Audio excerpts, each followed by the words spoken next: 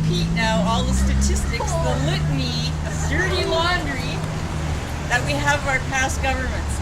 It actually was the NDP in 2005 who got all the parties to sign on unanimously in Parliament, voted unanimously to commit to the 0.78. And it was the NDP in the Martin minority government that forced a change in the budget, a historic NDP budget that shifted billions of dollars, I think it was $5 billion, to go to corporate tax write-offs, a big portion to go to foreign aid. We managed to raise, I think it was about 0.2% gross national product for foreign aid up to 3% or 3.4%. Then we get the Conservatives, who of course had signed on to commit to the 0.7%, and we've been sliding back downwards again.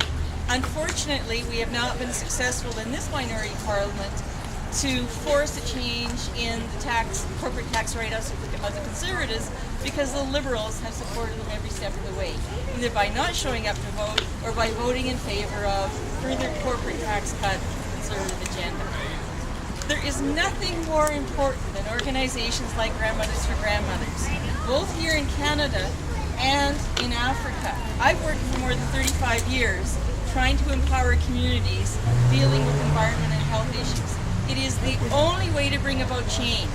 It's not for Canada to tell the African leadership what to do. It is for Africans to tell the African leadership what to do. But it's up to Canadians to get our government to commit the dollars, to give support to groups like Grandmothers for Grandmothers, to support the communities on the ground in Africa, to step forward and look after the orphans, the millions of orphans in Africa due to the AIDS plague.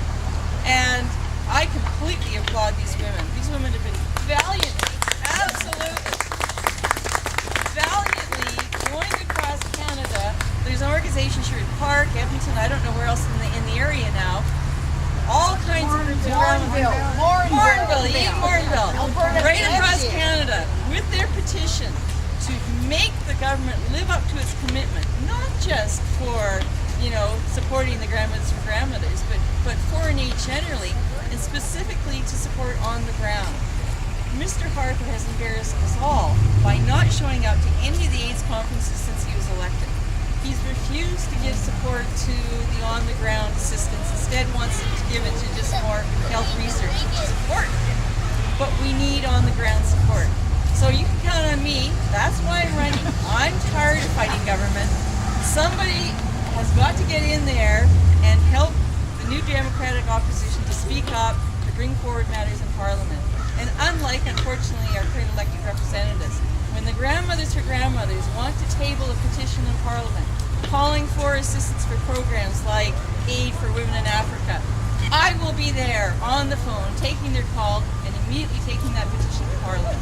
So please sign the petition, take copies of the petition, get your neighbors to sign it, but more importantly, get out there in this election, which is perhaps an illegal election, but we are unfortunately are forced to participate in it. So we're participating with great glee. We're going to take this riding and we're going to bring your